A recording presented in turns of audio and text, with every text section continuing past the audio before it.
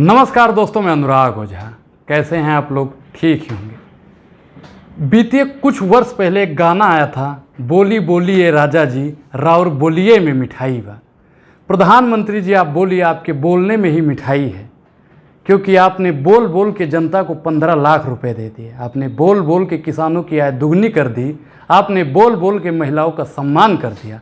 आपने बोल बोल के $5 ट्रिलियन की अर्थव्यवस्था तैयार कर दी। और आपने बोल बोल के गंगा भी साफ कर दी। एक गाना और भी आया था कि सखी सैया तो खूबे कमात हैं, महंगाई डाइन मारे खाए जाते हैं। स्मृति ईरानी जी 2014 से पहले जंतर मंतर पे सिलेंडर लेकर घूमा करती थी। आजकल स्मृति ईरानी जी तो घूम रही हैं, लेकिन उनके पीछे अगर कोई पत्रकार जाता है तो उनसे कहती हैं कि साहब को फ़ोन कर देंगे, आप यहाँ पे राजनीति न चमकाइए।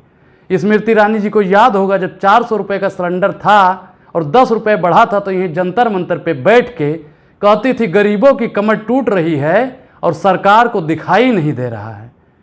जब प्याज में 1 रुपया बढ़ता था तो बैंकों में जाया करती थी और कहती थी, ए मैनेजर भैया, ये हमारा प्याज जमा कर लीजिएगा। क्या स्मृति ईरानी जी को आज महंगाई नहीं नज़र आ रही है?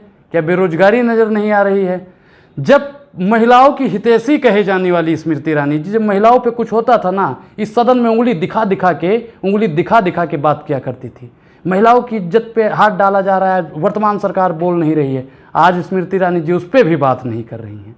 महंगाई, जब 40 रुपये किलो आटा था, चावल था, आज की डेट में 40 रुपये किलो है ना, 24 रुपये में जब आटा हुआ करता था तो स्मृति ईरानी जी कहते थे बहुत महंगाई है, और 40 वाली महंगाई नहीं दिखती है। 60 रुपये में दाल हुआ करती थी तब स्मृति ईरानी जी को महंगाई दिखती थी, और आज 160 रुपये में दाल हो गई है। स्मृति ईरानी जी उस पर बोलने को तैयार नहीं है। रही बात दाल चीनी, तो हटाइए, हम अपने जब वित्त मंत्री जी से पूछते हैं कि महंगाई काहे हो रही है तो कहते हैं हम प्याज नहीं खाते हैं। महोदय, हम मानते हैं आप प्याज नहीं खाती हो, लेकिन आटा चावल दूध दही और घी तो खाती हो ना। दूध पे भी टैक्स लगा दिया, दही पे भी टैक्स लगा दिया, और सरकार इतनी निकम्मी हो गई कि हम बोले नहीं और नमक पे भी टैक्स लगा दिया। भारतीय जनता पार्टी की सरकार इतनी तानाशाही पे उतर आई है, इतना तो अंग्रेज भी नहीं उतरे थे जितना संग्रेज उतर गए हैं। भारतीय जनता पार्टी के पूर्वज थे, जब अंग्रेजों से माफ़ीनामा लिख रहे थे तो हमारे गांधी जी नमक पे टैक्स लगा था ना, आंदोलन खड़ा किए थे। तो आज जितने भी गांधीवादी और अंबेडकरवादी विचारधारा के लोग हैं ना, इनको एक आंदोलन करना पड़ेगा ताकि हम इस सरकार को सत्ता से जड़ से उखाड़ के फेंक सकें। जब तक हम इनके खिलाफ आंदोलन नहीं करेंगे ना, तब तक अपने देश की राजनीति का ऐसे ही बेड़ा गर्क करते रहेंगे। और रही बेरोजगारी की बात, ए साहब कंधे पे हमारे थोड़ा भार दीजिए, ए साहब हमको रोजगार दीजिए। साहब हमको रोजगार नहीं देंगे, लेकिन पुलिस प्रशासन का लाठी डंडा जरूर देंगे। साहब किसानों की आय दुगनी नहीं करेंगे, लेकिन रोड पे बैठा के 750 ज़्यादा से किसानों की शहादत जरूर ले लेंगे। प्रधानमंत्री जी और हमारे साहब महिलाओं की बात नहीं करेंगे, लेकिन जंतर मंतर पे बेटियों को इनकी प्रशासन घसीट घसीट के जरूर मारेगी। माननीय प्रधानमंत्री जी, आप बताइए कि 2014 से पहले आप भी कहा करते थे कि वर्तमान सरकार महंगाई की मां नहीं ले रही है। तो सरकार, आप भले ही आपका विपक्ष आपसे ना पूछ रहा हो, लेकिन अनुराग आपसे जरूर पूछता है। प्रधानमंत्री जी, आप ये बताइए कि आपने महंगाई का मां कितनी बार लिया? मां ना निकलता हो साहब तो बेरोजगारी का बात तो निकलना चाहिए। बेरोजगारी भी आपके सरकार में बहुत बढ़ रही है, 8.11% पार हो गई है, लेकिन आप नहीं बोल रहे हो। रही विकास की बात, विकास तो साहब आपके राज में गायब ही हो गया।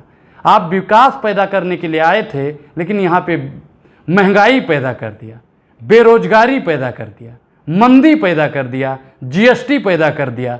और साहब आपने बीते 9 वर्षों में 2 बार नोटबंदी पैदा कर दिया।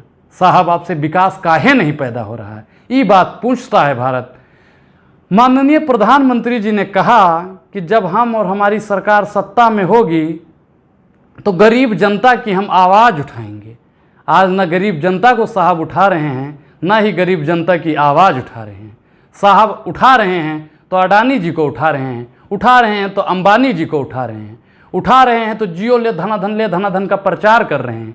प्रधानमंत्री जी ने चाय बेची या नहीं बेची ये तो आप लोगों को नहीं पता है, लेकिन देश बेचते जितने लोग देख रहे हैं वो भी आज खामोश हैं। इनके तो कुछ ऐसे समर्थक हैं ना, मोदी जी अगर पान खा के मुंह पे थूक देंगे ना, फिर भी ये बोलेंगे कि देश हित में थूका है। क्या प्रधानमंत्री जी से सवाल पूछना देशद्रोह है? कुछ पत्रकार, ऐसे दलाल पत्रकार हमें मिलते हैं जो कहते हैं मोदी जी देश हैं, तो हम उनसे कहना चाहते हैं भैया, देशवा का नाम अपने भारत है, हिंदुस्तान है, इंडिया है, उसको बदल के मोदी जी रख दीजिए, नरेंद्र मोदी रख दीजिए, दामोदर दास नरेंद्र मोदी रख दीजिए, भाजपा रख दीजिए। अनुराग आपसे कहता है कि अनुराग सवाल नहीं पूछेगा तब, और जब तक इस देश का नाम भारत रहेगा, देश लोकतांत्रिक रहेगा, देश में संविधान रहेगा, तब तक साहब आप हमसे बच नहीं सकते हो। आप भले ही ईडी और सीबीआई का सम्मान हमारे घर पे भेज दोगे, लेकिन फिर भी हम डरने वाले नहीं हैं, क्योंकि हमारे पूर्वज गोरे अंग्रेजों से नहीं डरे, तो हम इन काले संग्रेजों से कैसे डर जाएंगे। आप लोगों को ये वीडियो कैसी लगी, अपनी प्रतिक्रिया जरूर दें। जय हिंद, जय भारत।